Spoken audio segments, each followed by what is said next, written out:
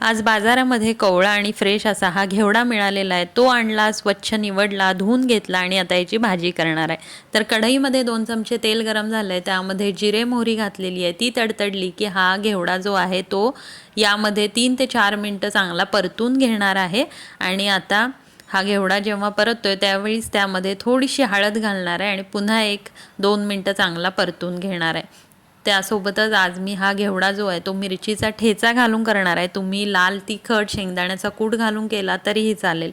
तर घेवडा परतल्यानंतर इथं तुमच्या चवीनुसार यामध्ये तिखट खरडा काहीही घाला आणि या ठिकाणी चवीनुसार मीठ देखील घातलेलं आहे। आणि वाफेवरती अगदी थोडंसं पाणी घालून हा घेवडा जो आहे तो 10 मिनिटं मंद गॅसवर शिजवून घेतला आहे। त्यावरती ओलं खोबरं घातलेलं आहे आणि गरमागरम घेवड्याची भाजी खाण्यासाठी तयार। दुपारचं जेवणाचं ताट देखील तयार आहे। तर चपाती, भाजी, जिरा राईस सोबतच डाळ, लोणचं, लिंबाचं गोड, ठेचा आणि शेंगदाण्याची चटणी।